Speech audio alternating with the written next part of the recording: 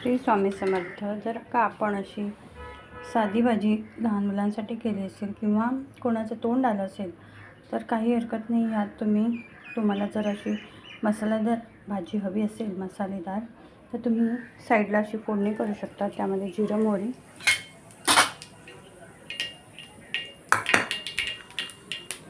कांदा,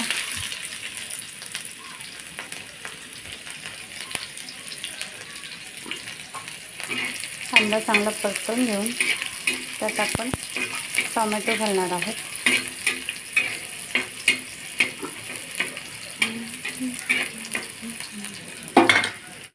पूर्ण फोडणी आपण ह्यात घालून घेतली. मिक्स केली तर झाली आपली मसालेदार बटाट्याची भाजी. कशी वाटली ही साध्या भाजीपासून मसालेदार भाजी?